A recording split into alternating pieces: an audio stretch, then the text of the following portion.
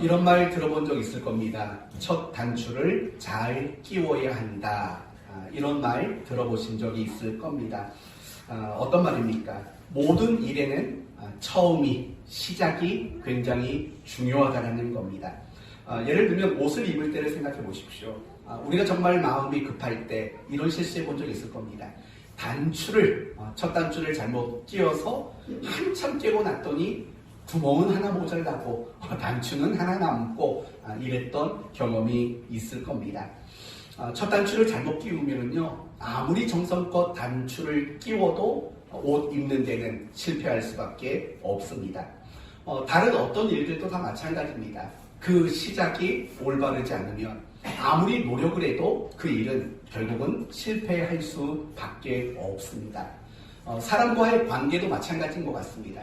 어떤 사람과의 그 처음의 모습, 첫 단추, 그것을 잘 끼워야지 좋은 관계를 유지할 수 있게 되는 겁니다. 이렇듯이 옷을 입을 때에도 어떤 일을 할 때도 사람과의 관계 속에서도 이렇게 첫 단추를 잘 끼우는 건 굉장히 중요한 겁니다. 그런데 첫 단추를 잘 끼우는 게 중요한 거는 우리의 신앙생활도 매한가지입니다. 우리가 신앙생활할 때 첫 단추를 잘 끼워야 합니다. 그래야 우리는 건강하고 올바른 신앙생활을 하게 됩니다. 그러나 반대로 신앙의 첫 단추를 잘못 끼우면 우리는 신앙이 실패하는 안타까운 모습을 보게 될 수밖에 없는 겁니다. 그렇다면 신앙의 첫 단추는 무엇일까요? 신앙의 첫 단추는 과연 뭘까요? 오늘 본문은 그에 대한 답을 우리에게 보여주고 있습니다. 그러므로 오늘 말씀을 통해서 신앙의 첫 단추가 무엇인지 확인하시고 여러분 자신을 점검하여서 다시 여러분의 신앙이 올바른 길을 갈 수 있는 그런 계기가 되기를 바랍니다. 이제 오늘 말씀을 위해서 여러분에게 한 가지 중요한 질문을 해보도록 하겠습니다. 하나님이 모든 그리스도인들에게 가장 바라고 원하는 것이 있다면 과연 무엇일까요? 다시 한번요. 하나님이 우리 각 사람에게 가장 바라고 가장 원하시는 것, 그것은 과연 무엇일까요? 어떤 걸 바라고 원하실까요? 어쩌면 우리는 이런 생각을 했을지도 모릅니다. 열심, 열정. 우리가 신앙생활하면서 하게 되는 어떤 일에 대한 열심과 열정, 그것을 가지는 것을 하나님은 가장 바라고 원하실 것이다 라고 생각하실 겁니다. 물론 그럴 수도 있지만 사실은 그렇지 않습니다. 그렇다면 하나님이 우리에게 가장 바라고 원하시는 것이 무엇인가, 이것을 알려면 우리는 먼저 이 부분을 확인해야 됩니다. 하나님이 우리와 함께 하시고 우리의 인생 속에서 우리의 삶에 개입하시고 간섭하시면서 우리에게 하시는 일이 뭐냐, 이걸 보면 되겠죠. 하나님이 우리의 인생 속에서 우리를 위해 하시는 일이 뭐냐, 결국 그것이 하나님이 우리에게 가장 바라고 원하는 것이 무엇이냐에 대한 대답이 될 것은 분명한 일입니다. 그렇다면 이제 생각해 봅시다. 하나님은 분명히 우리와 함께 하십니다. 우리의 모든 시간 속에 함께 하시고 내가 살아가면서 겪게 되는 모든 사건과 어떤 현실과 환경과 상황 속에 하나님은 함께 하십니다. 그러나 중요한 것은 무엇이냐? 하나님은 우리와 함께 계시기만 하는 분은 아니라는 겁니다. 하나님은 우리와 함께 같은 시간에 같은 곳에 계시면서 우리에게 끊임없이 간섭하시고 우리에게 개입하시는 분이십니다. 그렇다면 하나님은 왜 그런 일을 하시는가? 도대체 무엇을 하려고 그런 일을 하시는가? 라는 것을 생각해 봐야 합니다. 결국 하나님이 우리의 인생에서 간섭하시고 개입하시는 이유는 성경에 분명히 나옵니다. 이렇게 말합니다.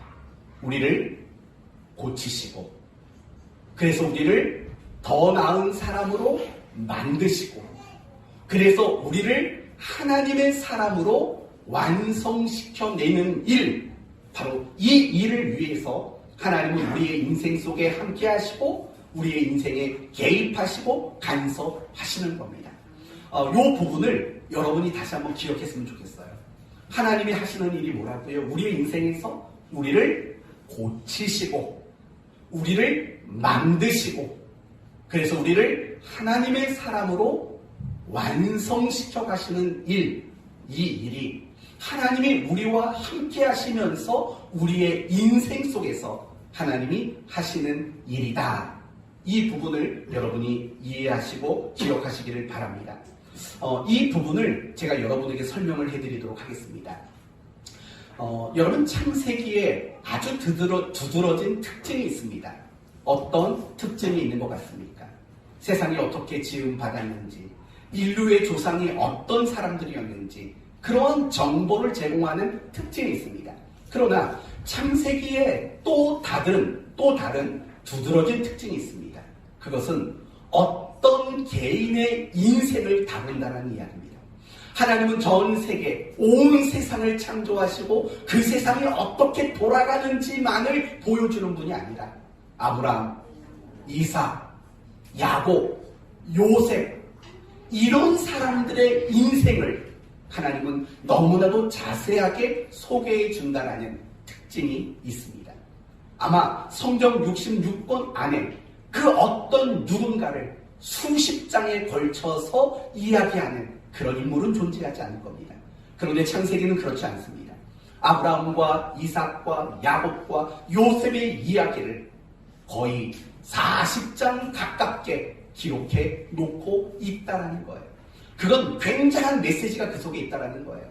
단지 그 사람들의 인생이 어떠했는가를 말하는 게 아닙니다. 결국 이런 걸 말하는 거죠. 하나님은 세상을 만드셨다. 하나님은 인간을 창조하셨다. 그러나 끝나지 않는다. 하나님이 인간을 창조하시고 그 인간의 삶 속에 함께 하시고 개입하시고 간섭하셔서 일을 하셨다. 이걸 보여주는 게 창세기라는 겁니다.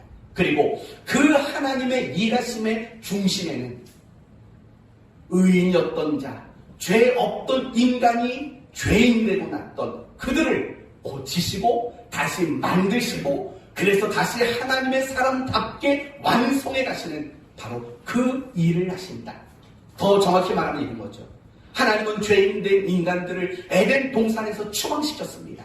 그러나 그들을 내버려 두지 않고 그들을 간과하지 않고 그들을 다시 이 에덴 동산에서 살아갈 수 있는 사람으로 다시 만들어가고 고쳐가는 일들, 완성시켜가는 일들, 하나님은 이런 일들을 하시는 분이시다.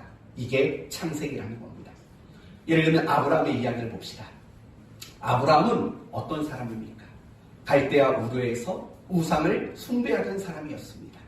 그리고 그는 75이 되도록 자식이 없었던 사람입니다. 하나님은 이 아브라함을 택하시고 하나님의 사람으로 삼으셨습니다. 그래서 이 아브라함을 어떻게 하셨습니까? 하나님은 하나님의 사람으로 만들어내셨습니다. 이것에 대한 증언이 여러분이 잘 아시는 창세기 22장인 겁니다. 하나님이 어느 날 아브라함에게 청천벽력 같은 얘기를 합니다. 뭐라고 말합니까? 내 독자 이삭을 어떻게 하라고요? 번제로 바치랍니다. 여러분 번제가 뭐예요? 번제가 반으로 쪼개는 거예요. 여러분 생각해 보세요. 저는 이 닭 한 마리도 반으로 못 쪼개겠어요. 그 닭 껍질을 어떻게 만져요? 저희 아내가 존경스러워요. 닭 껍질 징그러워서 만지지도 못하는데 저희 아내는 뭘 닭 요리를 할 때 항상 껍질을 벗겨주는 그런 너그러움이 있는 사람이라고요. 징그러운데 그 쪼개는 걸 어떻게 근데 그것도 내 자식을 쪼갠다고 생각해봐요. 내 자식을 머리부터 발끝까지 반으로 몸통을 쪼갠다고 생각해봐요. 온 몸에 피를 흘리고 내장을 쏟는다고 보세요. 하나님은 그걸 요구하셨다고요. 근데요, 아브라함은 그 다음날 아침 일찍 일어나서 하나님께 내 아들을 번제로 드리려고 모리아 산으로 간다고요. 그리고 그 아들을 잡으려고 칼을 들고 손을 내려 찌를 때 하나님은 뭐라고 말하냐면 멈춰라, 중단해라 라고 말을 한다고요. 그러고 나서 아브라함이 그때 했던 말이 뭔지 아시냐면 이런 말을 하죠. 여호와 이레 라는 말을 해요. 여러분 그 의미는 뭘까요? 하나님이 내 아들 대신에 수양을 바치도록 준비해 주셨습니다. 라는 고작 그 정도의 뜻이 아니라는 건 아실 겁니다. 그 여호와 이레라는 뜻은 결국 이런 뜻인 거죠. 나는 갈대아 우르에서 우상을 숭배하고 우상의 물건을 만들어서 팔아서 먹고 살았던 사람입니다.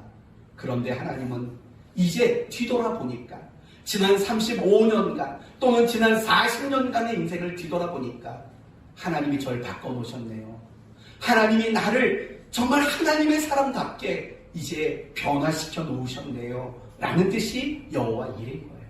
우상을 숭배하던 아브라함이 자식을 바치라는 하나님의 명령에도 순종할 수 있는 그런 하나님의 사람이 되도록 하나님이 고치셨네요. 만드셨네요. 그렇게 나를 완성해 내셨네요. 바로 이 고백이 여호와 이레라는 거예요.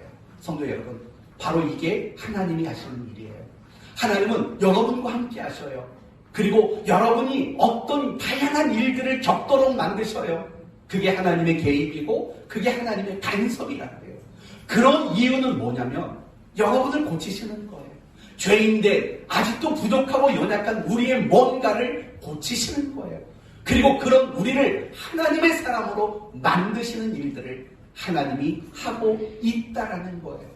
성경은 온통 그 얘기뿐인 거예요. 사실은 우리는 성경을 보면서 어떨 때는 복이 눈에 들어오고 어떨 때는 뭐 기도 응답이 눈에 들어오고 하지요. 하지만 여러분이 조금만 한 걸음 뒤로 물러서서 성경을 보게 되면 결국 뭐가 보이느냐? 내 인생에 함께 하시고 나의 못나고 추악한 것들을 고쳐나가셔서 나를 하나님의 사람으로 만들어내 가시는 그 하나님을 결국 볼 수밖에 없는 거예요. 요셉이라는 사람 아시죠? 이 사람은 어떤 사람이에요? 야곱에게 엄청난 편애를 받았던 사람이라고요. 그리고 이 요셉은 자기 아버지에게 사랑을 독차지하기 위해서 했던 일이 뭐예요? 형들의 잘못을 보면 다 메모를 했다가 쪼르르 달려가가지고 몇 년, 몇 월, 며칠, 몇 번째 형이 어디 가서 이런 짓을 했어요. 이 보고서를 올렸던 사람이라고요. 또 아버지는 그런 철부지 같은 요셉의 모습을 보면서 대견스러워하고 너무 좋아했다고요. 또 요셉은 어떤 사람입니까? 자기가 꿈을 꾼 것을 자랑하는 사람이었다고요. 그러다가 결국 어떻게 됩니까? 나중에는요, 형들에게 미움을 받아서 죽을 고비에 빠졌고 노예가 됐고 감옥에 갇히는 신세가 되었다고요. 그러다가 훗날 창세기 50장을 보면 여러분이 잘 아시는 이런 고백을 한다고요. 당신들은 나를 해하려 하였으나 하나님은 그 모든 것들을 무엇으로 바꾸셨답니까? 선으로 바꾸셨습니다. 무슨 뜻일까요? 당신들이 나를 팔아가지고 노예가 되고 감옥에 갇히는 신세가 됐지만 하나님은 나를 국무총리가 되겠습니다 라는 뜻일까요? 그것만은 아니죠. 사실 진짜 중요한 고백은 뭐냐면 이런 고백이에요.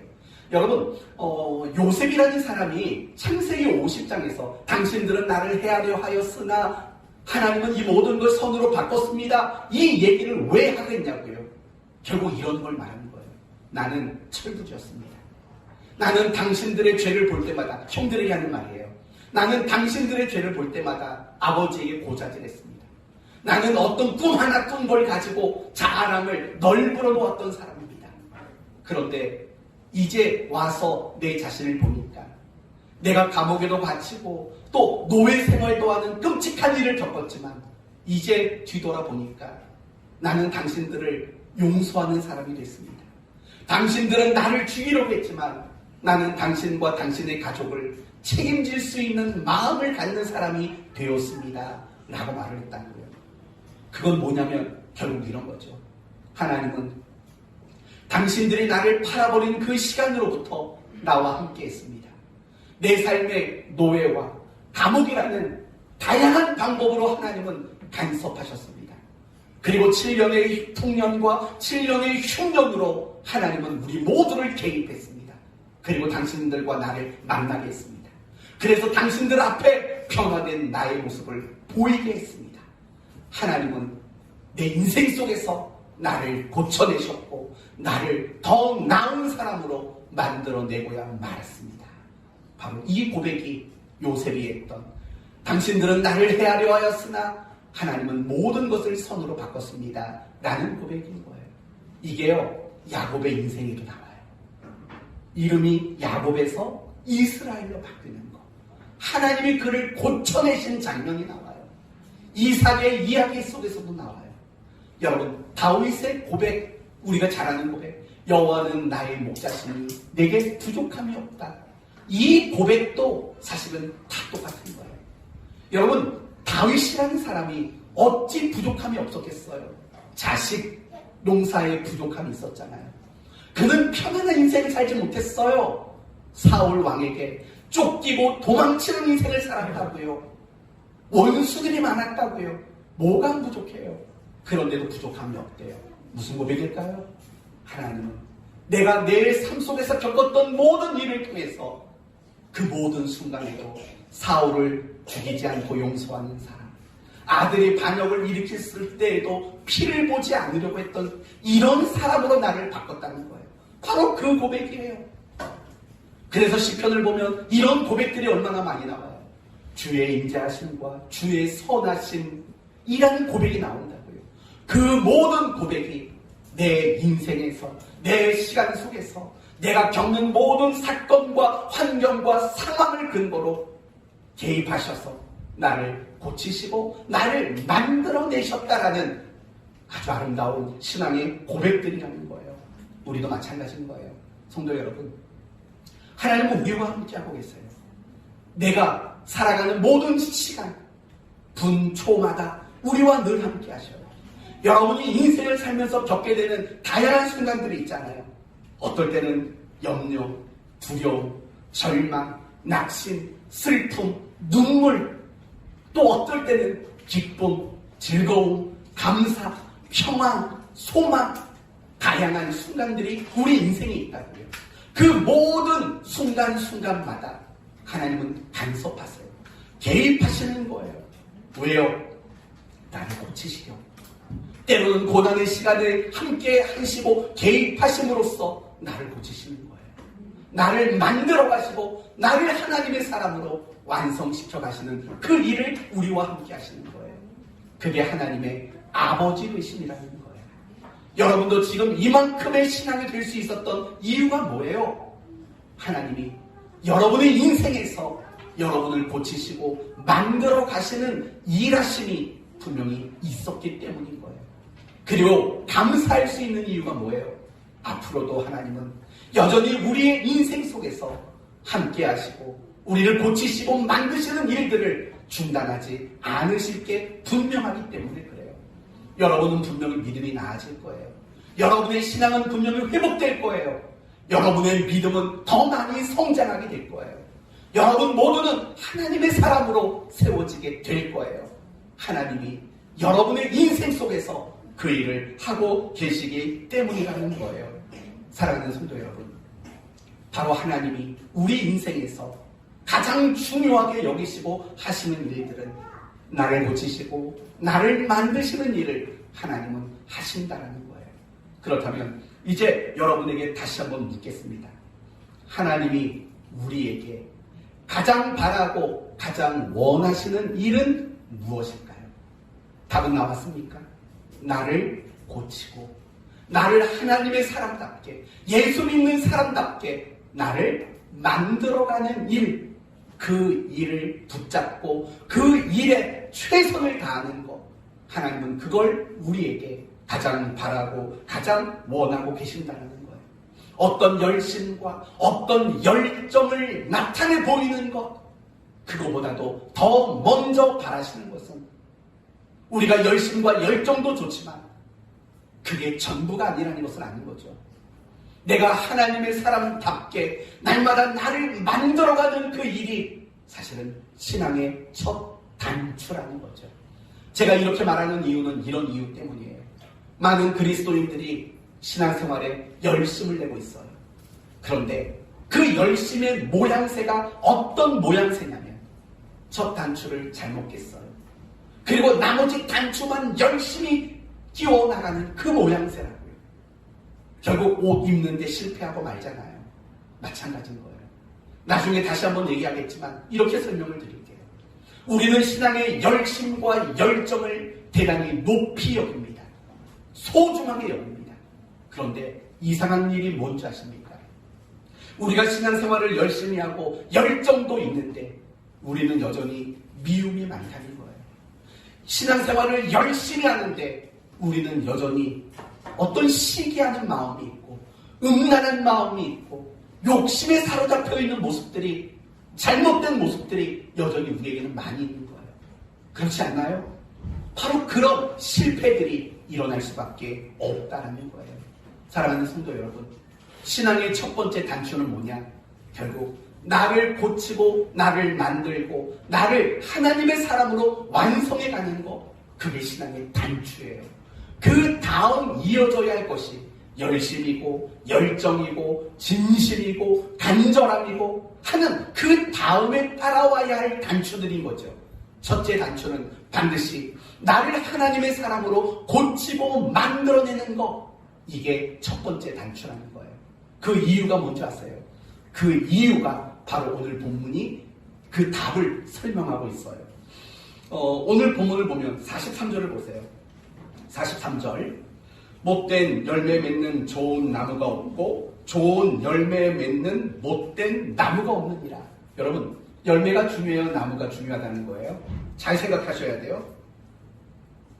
못된 열매 맺는 좋은 나무가 없고 또 좋은 열매 맺는 못된 나무가 없다. 어느 게 더 중요한 것 같아요? 열매일까요, 나무일까요?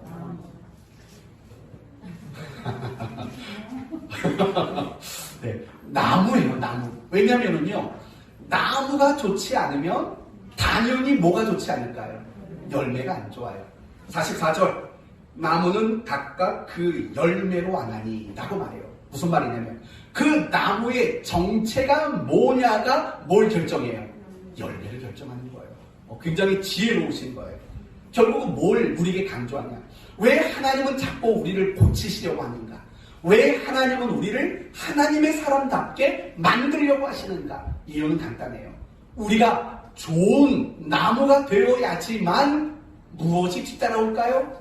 좋은 열매가 뒤따라오는 거예요. 44절, 선한 사람은 마음에 쌓은 선을 내고 악한 자는 그 쌓은 악에서 악을 낸다. 여러분, 선한 사람은 당연히 뭐가 나와요? 선한 게 나와요. 그러나 악한 사람은 무엇을 나올 수밖에 없어요? 악이 나올 수밖에 없는 거예요. 그러니까 요점도 마찬가지죠. 내가 어떤 사람이느냐가 중요한 거예요. 내가 어떤 사람인가가 중요한 거죠. 왜냐하면 내가 어떤 사람인가에 따라서 선이 나올 수도 있는 거고 악한 행동들이 나올 수 있기 때문이라는 거예요. 바로 여기에 답이 있는 거예요. 하나님은요, 우리를 하나님의 사람답게 만들어 가시는 일을 가장 중요하게 여겨요. 그 이유는 그래야지만 우리가 하나님의 사람다운 열매가 맺어지게 되는 거예요. 그런데 아까 말한 대로 우리가 신앙생활에 열심과 열정은 있는데 여전히 미워하고 증오하고 질투하고 욕망에 사로잡혀 있고 못된 짓하고 하는 일들은 왜 일어나느냐? 사실은 열심만 있는 거예요. 열정만 있는 거예요. 나를 하나님의 사람으로 만들어가는, 다르게 말하면 내가 좋은 나무가 되는 일을 놓쳐버린 거라고요. 그러니까 항상 내 삶에 만들어지는 열매는 나쁜 열매만 있을 수밖에 없다는 거예요. 사랑하는 성도 여러분, 좋은 열매를 맺는 유일한 방법은 내가 좋은 나무가 되는 거, 그거 말고는 방법이 없어요. 혹시 여러분 방법이 있을까요? 내가 좋은 열매를 맺는 방법, 다른 방법이 있어요? 없다고요. 내가 좋은 나무가 되지 않는 한, 내가 더 나은 하나님의 사람이 되지 않는 한 내게서는요, 좋은 열매들이 맺어질 수가 없는 거예요. 이 말을 다른 각도로 말하면 이런 거죠. 그래서 하나님은 우리에게 뭘 바라시느냐? 뭔가 열심히, 뭔가 많이 하는 두잉이라는 것을 원하지 않으신다고요. 하나님은 우리의 두잉을 원하는 게 아니라 하나님은 우리의 비잉을 원하신다고요. 어떤 존재가 되는 것, 어떤 인물이 되는 것, 어떤 사람이 되는 걸 원하시지 어떤 일을 얼마나 많이 했느냐를 하나님은 바라고 원하지 않는다라는 사실을 잊지 말아야 돼요. 이 말을 다시 말하면 이렇게 말할 수 있어요. 하나님은 우리가 얼마나 기도를 많이 했느냐, 얼마나 성경을 많이 읽었느냐, 또 내가 얼마나 사역을 많이 열심히 했느냐, 오래 했느냐, 사실은 이것보다 더 중요하게 여기는 게 있다는 거예요. 그게 뭐예요? 내 인격과 내 성품과 내 기질과 내 속성과 내 됨됨이가, 그래서 내 삶의 수준이 얼마나 하나님을 닮아갔느냐, 사실은 하나님은 이걸 가장 중요하게 하나님은 여기시는 분이시라는 거예요. 성도 여러분, 이건 여러분이 절대 잊으시면 안 돼요. 신앙생활에 있어서 중요한 거는요, 내가 신앙생활에 몇 번이라는 횟수를 채워냈느냐가 중요한 게 아니에요. 정말 신앙생활에 중요한 것은 내가 하나님을 얼마나 닮아가고자 하느냐, 이게 제일 중요한 거라고요. 다시 말하면 이런 말이에요. 내가 하나님의 인격과 성품과 속성과 기질, 하나님의 수준, 그걸 내가 닮아가는 것, 이게 바로 좋은 나무가 된다는 뜻이에요. 여러분이 이런 좋은 나무가 되지 않는 한 하나님이 원하는 삶의 열매들은 맺혀질 수가 없기 때문인 거예요. 다시 한번 말씀을 드립니다. 하나님은 여러분이 무엇인가를 하는 것보다 원하시는 것은 여러분이 하나님을 닮은 사람이 되는 걸 하나님은 더 바라고 원하신다는 거예요. 그리고 하나님이 원하시는 그 사람이 되기 위해서 우리는 열심과 열정이 동원돼야 되죠. 이게 첫째 단추냐 둘째 단추냐 이 문제를 말하는 거예요. 무조건 첫째 단추는 하나님, 그분이 나를 만들어 가시는, 그분을 닮아가는 사람이 되는 거, 이게 첫째 단추. 그리고 나머지는 둘째, 셋째 단추인 거예요. 이게 제대로 첫 번째 단추가 끼워지지 않으면 나머지 거는 제 기능을 할 수가 없다고요. 여러분 생각해봐요. 첫 번째 단추를 잘못 꼈어요. 나머지 단추를 꼈는데 하나는 못 꼈어요. 그럼 이게 옷으로서의 기능을 제대로 하겠냐고요. 물론 가끔씩 방송을 보면 그것도 무슨 패션이라고 그렇게 거꾸로 끼고 다니는 사람도 있기는 있어요. 근데 상식적으로 그냥 일방적으로 생각했을 때 그렇지 않잖아요. 여러분 옷 입은 단추를 하나 볼까요? 잘 채우셨어요. 누구라도 오늘 같은 날은 좀 하나를 잘못 꿰고 와야지 이게 딱 맞아떨어질 텐데 잘 꿰고 오셨어요. 잘하셨어요. 결국 하나님이 바라는 것은 얼마나 했느냐가 아니라 어떤 사람이 되고 있느냐, 이걸 중요하게 여긴다는 거예요. 가장 대표적인 경우가 사무엘하 7장이죠. 다윗이 하나님께 이렇게 말을 합니다. 제가 성전 지어드릴게요. 사실은 굉장히 귀한 마음이잖아요. 그렇죠? 근데 하나님은 그걸 단호하게 거절하셨어요. 그리고 뭐라고 말씀하시냐면 이렇게 말해요. 여호와가 너를 위해 집을 지어주겠다라고 말해요. 무슨 의미냐면, 의역하면 결국 이런 뜻이 돼요. 네가 나를 위해 성전을 짓는 사람이 되겠다고? 아니, 내가 더 바라는 건 너 자신이 성전이 되면 좋겠어 라는 말의 뜻인 거예요. 이해가 되는가요? 하나님은 항상 그런 거예요. 근데 우리가 신앙생활하는 모습을 보면 우리는 어떠냐면 성전 지어드릴게요. 여기에 목숨을 건다고요. 근데 정작 하나님이 우리에게 바라는 건 내가 성전을 지어드리는 걸 바라는 게 아니라 내 자신이 성전 같은 사람이 되는 걸 하나님은 더 바라고 더 원하고 있다는 거예요. 사무엘상 15장 말씀을 보시면은요, 하나님이 사울 왕에게 이런 약속을 해요. 아말렉과 전쟁을 치워라. 여기서 말하는 아말렉은요, 이스라엘의 힘으로는 이길 수 없는 강대국이에요. 굉장히 잔인한 나라예요. 잔인한 민족이에요. 하나님이 근데 이렇게 말해요. 내가 이기게 해주마. 대신 조건이 있다. 아말렉과 싸워서 이기면 그 모든 짐승들은 다 어떻게 하래요? 죽이라고 말해요. 모든 짐승은 다 죽여라. 그거 하나 지킬 수 있니? 사울왕은 알았다고 대답을 합니다.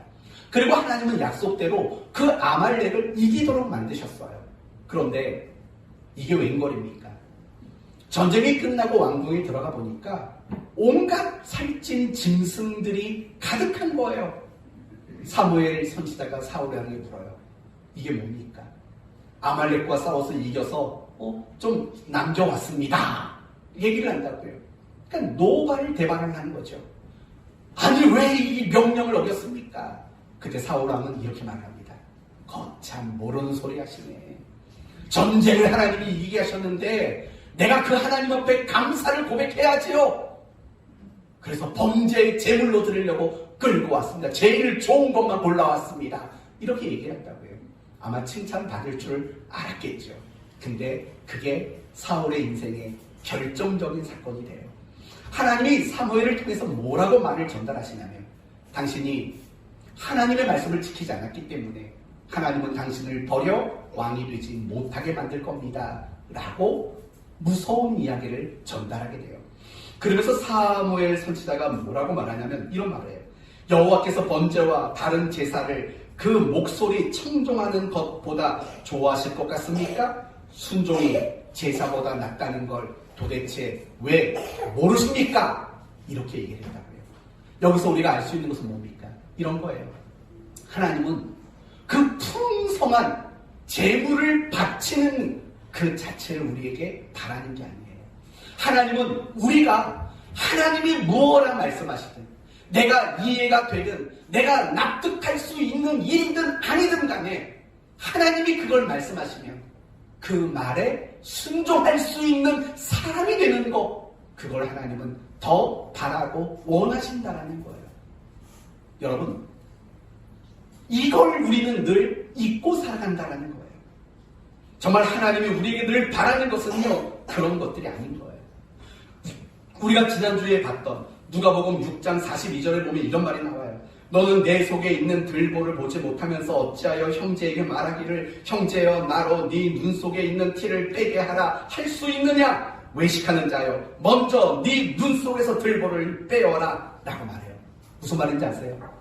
왜 자꾸 남의 눈이나 들여다보냐? 왜 남을 자꾸 세우려고 하느냐? 너 자신부터 온전하게 만들어라 라는 거죠. 어떤 남을 향한 어떤 행위를 하기 이전에 먼저 내가 더 나은 맑은 눈으로 볼 수 있는 사람이 되도록 내 자신을 만들라는 것, 그게 우선임을 분명히 언급하고 있다는 거예요. 사랑하는 성도 여러분, 우리의 신앙의 첫 단추는 결국에는 내가 하나님의 사람답게 나를 고치고 만드는 것, 이 일이 신앙의 첫 단추일 수밖에 없어요. 이거 명심하셔야 돼요. 이거 명심하지 않으면 우리는 신앙이 실패하게 돼요. 예를 들면 구약 이스라엘 백성들은 신앙이 실패했던 사람이에요. 아시잖아요. 그렇다면 그들은 왜 신앙이 실패했을까요? 신앙의 열심과 열정이 없었을까요? 아니에요. 나중에 집에 가서 찾아보세요. 이사야서 1장을 읽어보시면 이런 말이 나와요. 여호와께서 말씀하시되 너희의 무수한 재물이 내게 무엇이 유익하냐? 나는 수량의 번제와 살찐 짐승의 기름에 배불렀고 라고 말해요. 무수한 재물, 그리고 그들이 가지고 온 그 재물 때문에 뭐 했다고요? 배 터지겠대요. 배가 부른다, 이렇게 표현한다고요. 이 말은 무슨 말이에요? 열심과 열정이 그들에게 있다는 거예요. 또 뭐라고 말하냐면 월삭과 안식일과 대회로 모이는 것도 그러하니, 이건 뭐예요? 절기, 어떤 날짜, 이런 걸 열심히 지켰다라는 거예요. 또 뭐라고 말하냐면 너희가 많이 기도할지라도 내가 듣지 아니하리니, 기도를 어떻게 했대요? 조금 했대요? 많이 했대요. 근데 안 듣겠대요.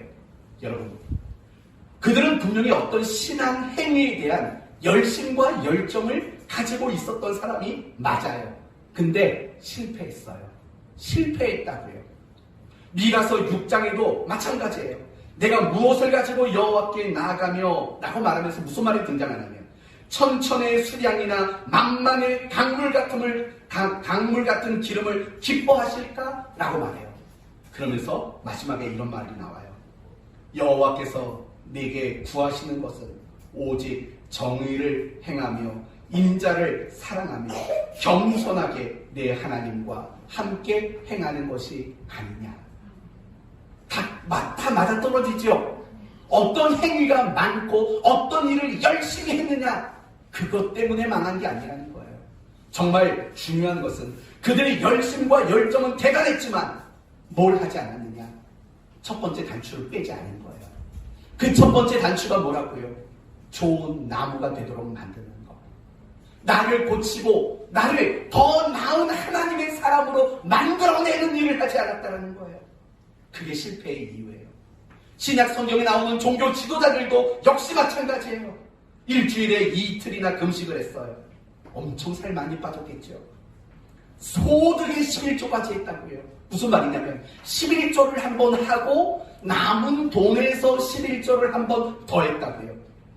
생각만 해도 끔찍하죠. 지금도 11조를 하려면 막 손이 바들바들 막 떨리는데, 아니 11조를 2번 연거푸했으니 얼마나 생각하기도 끔찍합니까? 정결의식을 지키고 안식일을 지켰고 기도와 구제하는 일에 열심을 냈다고요. 근데 예수님은 뭐라고 말하냐면 외식하는 자여 라고 말을 했다고요. 분명히 열심과 열정은 있었어요. 그러나 결국에는 외식이라고 말해요. 하나님 앞에 인정을 받지 못했다고요. 이유가 뭐냐면 마태복음 23장 23절에 화 있을진저 외식하는 서기관들과 바리새인들이여, 너희가 박하와 회양과 근처의 11조는 드리되 율법에 더 중한 바 정의와 공의와 믿음은 버렸도다. 좋은 나무가 되는 건 안 하는구나 라고 말하는 거예요. 자꾸 신앙 안에 있는 말씀이라는 예배, 기도라는 예배, 열매, 예배라는 열매, 구제라는 열매, 헌금이라는 열매, 전도라는 열매, 라는 열매, 이런 것들은 잔뜩 만들어 놨지만 정작 뒤돌아보니까 너희는 좋은 나무가 되는 일은 한 적이 없다. 그러니까 너희들은 종교적인 열심은 많고 신앙의 행위는 많지만 여전히 원수를 사랑하지 못하고 너희들은 여전히 사람을 미워하는 거 아니냐, 이런 식으로 예수님이 그들의 잘못을 지적하고 있다는 거예요.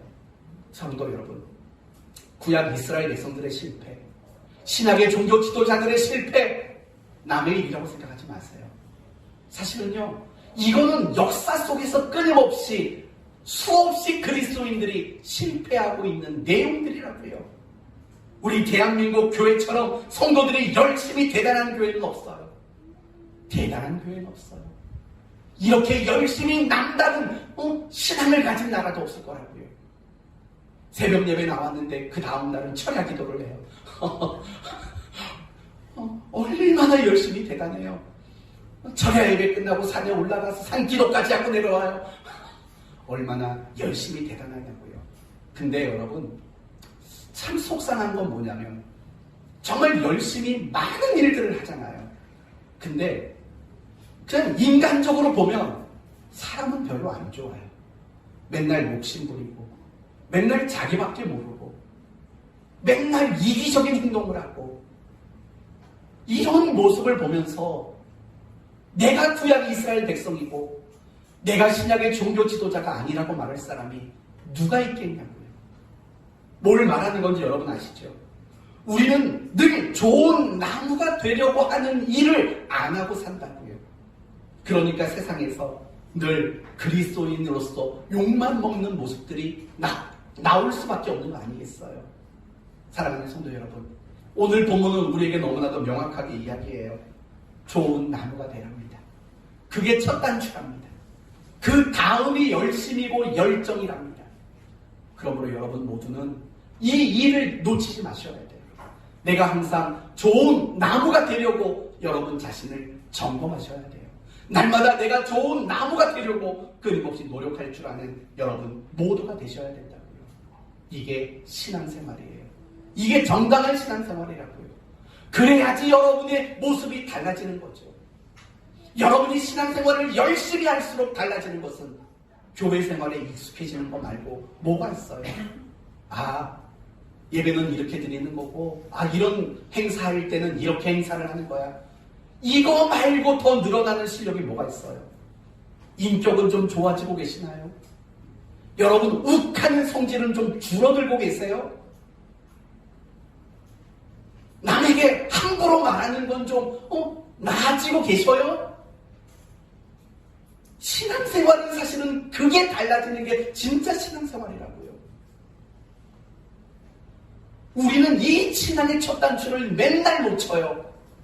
그래서 교회 안에서는 거룩해 보여요. 항상 거룩해요. 근데 밖에만 나가면 편법 쓰고 밖에만 나가면 참 괜찮지 못한 사람으로 산다고요. 그 모습이 결국에는 좋은 나무가 되지 않는 거예요. 내가 좋은 나무가 되는 그 일들을 놓고 살아간다는 것 말고는 없는 거예요.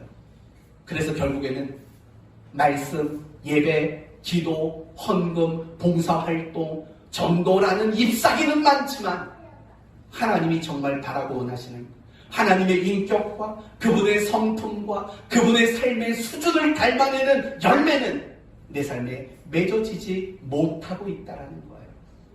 이제 아시겠죠? 신앙의 첫 단추는 뭐라고요?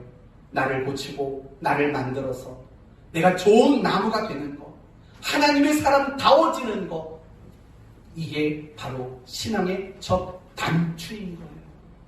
이 일에 우리 모두는 힘써야 돼요. 나를 먼저 점검해 보세요. 나는 좋은 나무인가? 나는 나쁜 나무인가? 나는 좋은 열매를 맺고 있는가? 나는 나쁜 열매를 맺고 있는가? 생각해 보세요. 좋은 나무가 되도록 노력하세요.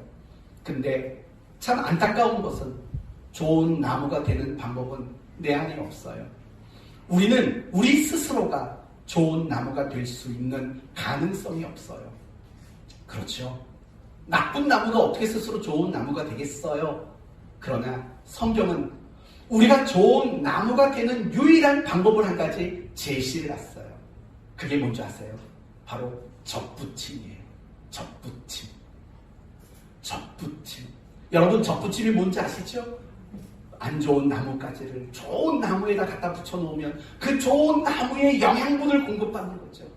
바로 그 접붙임으로 우리는 의인이 된 거잖아요. 그렇죠? 예수 그리스도에게 우리가 접붙임을 받았기 때문에 의인이 된 거고 하나님의 자녀가 된 거잖아요. 우리가 좋은 나무가 되는 것도 마찬가지예요. 그분과 접붙임이 있어야 되는 거예요. 이걸 우리와 친밀한 교제, 하나님과의 친밀한 사귐, 이게 내 삶에 끊임없이 있어야 돼요. 그래야지만 우리는 좋은 나무가 될 수 있는 거죠. 그렇죠? 좋은 나무가 될 수 있는 거예요. 여러분, 저와 신앙생활을 오래 하신 분들을 보면은요, 사용하는 단어가 저랑 참 많이 비슷해지고 있다라는 걸 느낄 때가 있어요. 뭐 이렇게 감사 쓰기 같은 거 올려놓고 하는 거 보면 오명희 원사님 감사 쓰기 봤는데 저는 제 글을 읽는 줄 알았어요. 네, 정말 제가 가지고 있는 생각과 정말 비슷한 내용들을 참 많이 썼어요. 그런 것들을 보면서 신앙생활을 같이 많이 만나고 서로 말씀을 주고받고 하니까 서로 닮아가는구나 라는 생각이 들어서 한편으로 흐뭇하면서 한편으로는 더 똑바로 살아야겠다 라는 생각도 했다고요. 마찬가지죠. 우리가 하나님과 깊은 사귐과 깊은 교제를 하면은요, 우리는 나도 모르는 사이에 그분을 받아들이게 돼 있는 거예요. 그렇죠?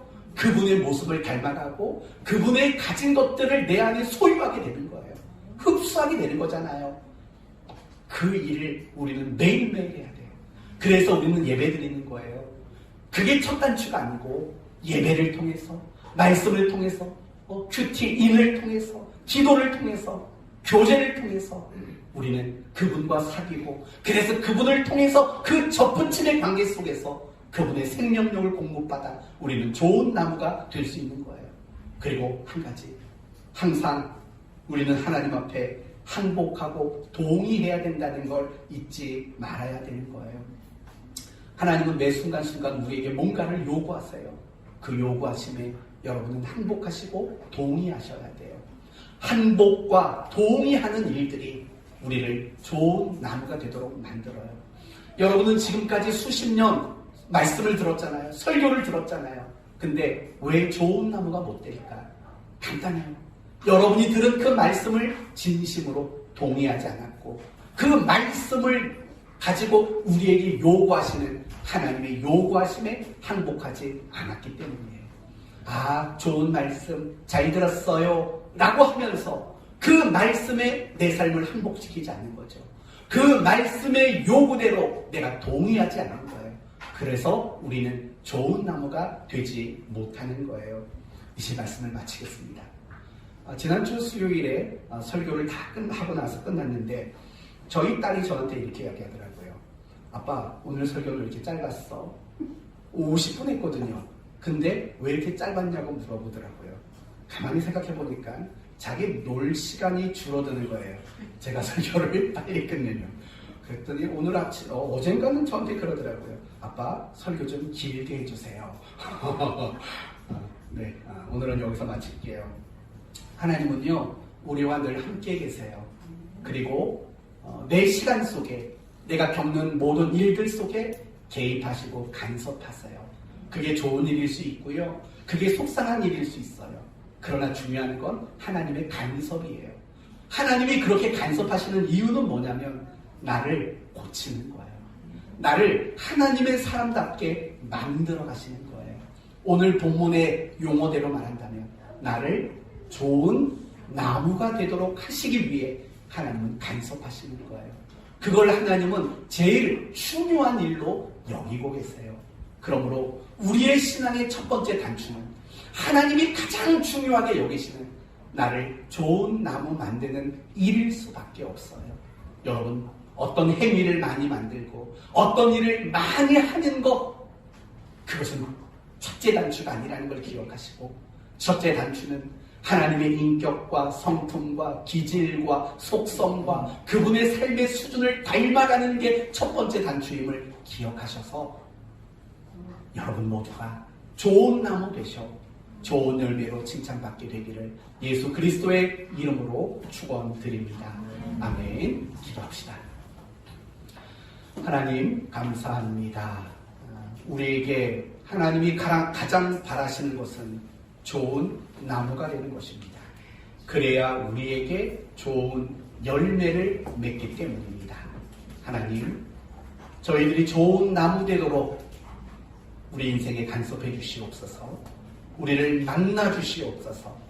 우리가 하나님 앞에 항복할 수 있는 사람이 되도록 한량없는 은혜와 사랑을 베푸시옵소서.